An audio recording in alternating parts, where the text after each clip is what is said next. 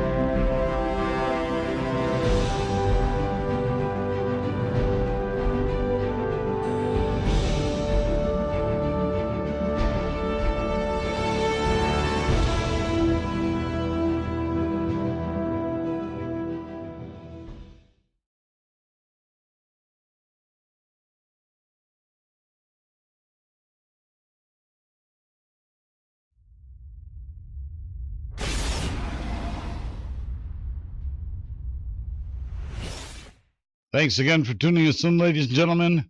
We appreciate it. This edition of the Critical Post Chicago Report is coming to you live, or almost live, from the capital of the Midwest Coast, Chicago, Illinois, USA. This is part 9 and the final part of the Definitive Bullet Point series regarding the mass shootings at the Mandalay Bay. The status is right now, as I've said earlier, we're waiting for the LVMPD's final report, which should be out next month in August. And then by October 1st, we're expecting the FBI's report. As we understand it, the LVMPD report will include what happened as far as the particulars of the investigation and what happened at the concert venue. The FBI report, as we understand it, is going to be more of an in-depth dive into Stephen Paddock, his motives, maybe some background. My feeling is that they're gonna have his brain. His brain's been examined by 3 or 4 doctors. I think we're going to hear a lot of psychobabble about this and about that, and he's going to be an angry white man who snapped and bought guns and killed everybody. That's probably what they're going to come up with. Just some comments that I'd like to make at this point in time. We're still deep on this. I have a team investigating this. How many members in that team?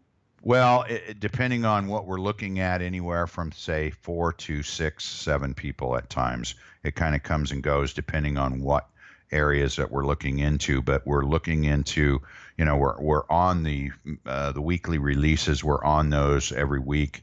We'll split that up. Some person will take the body cam, some person will take the audio, some person will take the text, the written statements, and then we'll look at them. And of course, if we find anything that's relevant, then we'll all get on that one particular video. If it's, go to the timestamp, 43 minutes and 20 seconds and tell me what you hear, tell me what you see. So we're all working together, but we're trying to split the work up as much as possible because it's just, it's overwhelming. And Lombardo has done I have to compliment him. He's done a very, very good job in obscuring all this information. Because essentially what you have is you have so much redacted. The audio calls, they censor the names, they censor telephone numbers, and some of the audio calls are just cut off. They're just cut off, so we don't know what's there. So there's a censorship going on, there's a redaction going on, and the order in which they're releasing it, you may have something released in the second week, and something that may be relevant to it doesn't get released till the week 9. So you have to really stay on top of this week to week to understand how to put it all together, because you've got body cam video, and in the body cam videos, you can hear the radio traffic. You can't hear the 911 calls, but you can hear the radio traffic between officers. And so sometimes they have a timestamp, sometimes they don't. So you're looking at one that doesn't have a timestamp, and you hear something over the radio that you haven't heard before because they didn't redact it out of the body cam, but they redacted it out of the dispatch log. and they censor it in the 911 call or the police scanner radio traffic. So then you have to go back and listen to various calls to try to put it into context and figure out what time it is, so you can listen to other things or read other things to try to sort it out. So it's been very, very difficult to do this, but it's been on purpose. It's been obfuscated by Lombardo. So I think at this point in time, it's very, very clear that there were two separate incidents that went on that night. There was the concert shooting, and then there was an incident on the Strip. The concert shooting, and it appears as if we had shooting on the first floor of the Mandalay Bay in the high roller section of the casino. We had shooting reported on the 4th floor. We had shooting reported on the 29th floor. We had shooting reported on the 31st floor, the 32nd floor, and we had shootings reported in the Four Seasons area of Mandalay Bay, which I think is the top 6 or 8 floors. Okay. So, and we hear on the radio traffic where their coroner had a collection point for bodies, not body as in one body, Stephen Paddock, but bodies to be collected at Mandalay Bay. We also hear in the radio traffic where, and it's very distinct, it's very clear, it's very obvious, where there are 2 shooting scenes, one at Mandalay Bay and one at Giles and Alibaba, which is the intersection just east of the venue. So you have Mandalay Bay was to the west of the venue. Most of the people exited out the east exits or the north exits, and so there was another what they call a hot zone or another scene and another shooting scene at Alibaba and Giles. And so this is concurrent. In other words, 2 happening at once. Yes. During the same time frame. Yeah. And this was during the shooting of the concert. Yeah. And it's on the radio. It's in the radio traffic. So we have that going on. Okay. Then, and it's depending on I believe it's after 11, 11:15, 11:30. After 11, then we start getting traffic. We get reports of shots fired all up and down the Strip. You got Tropicana, you got Bellagio, you got Excalibur, you got Luxor, you've got MGM. I mean, it's 7 or 8 or 9 or 10 areas or locations where subsequent to Mandalay Bay.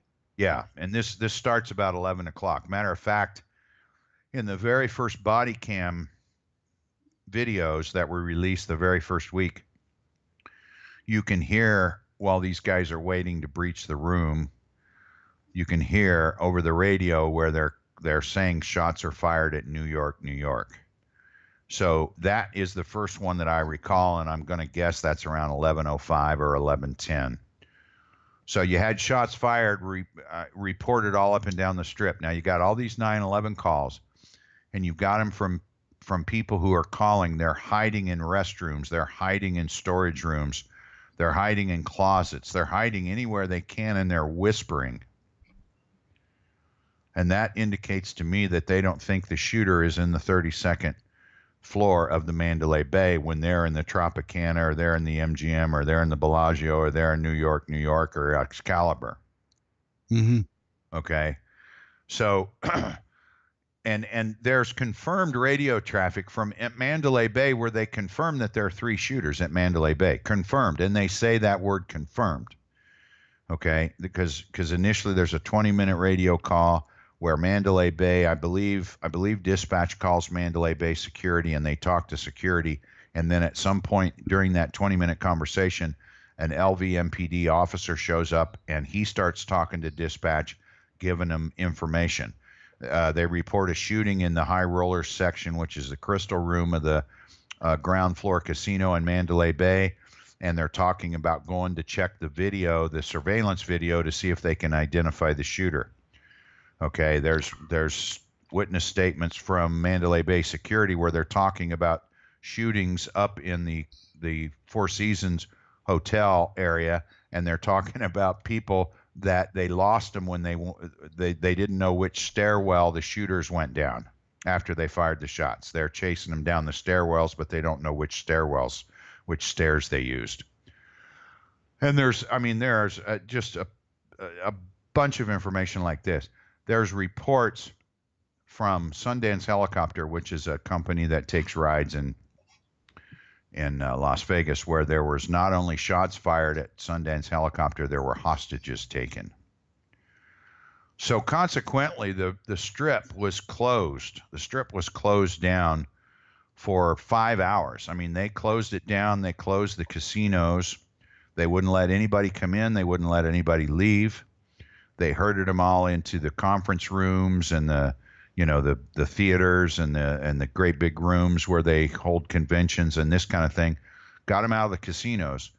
So it's interesting that if Stephen Paddock was the lone gunman and they got him, they breached the room at 11:20 and they found him dead on the floor, then why did they have the strip closed down, locked down for the next 5 hours? They didn't let people leave and go home till 4 or 4:30 the next morning. So if the danger was over, then why have the strip locked down? Because as you know, this is going to cost the casinos millions of dollars when they're not operating. So that's where we are at this point in time. Like I say, we're waiting, and there's a whole bunch more, Scott. There's so much stuff. I could talk for hours on what we found, but definitely there were two different events that occurred. I'm not sure that they're related. You would think they would be. I feel they are. It wouldn't be a coincidence based on what we're finding, but we have not been able to connect the dots yet to each event. But there was an event at the concert, and then there was another event on the strip that happened later. So anyway, we await the final report, both from LVMPD and the FBI, and that's as updated as we can get at this point. Also, the probate case will be interesting to see how that turns out, and also the MGM lawsuit against the victims, which has just put everybody up in arms. So that's where we are. Again, this is Scott Pollack, Chief Editor of the Critical Post Chicago, reporting. Thanks again for watching another edition of the Critical Post Chicago Report, coming to you live or almost live from the capital of the Midwest Coast, Chicago, Illinois, USA. That is all.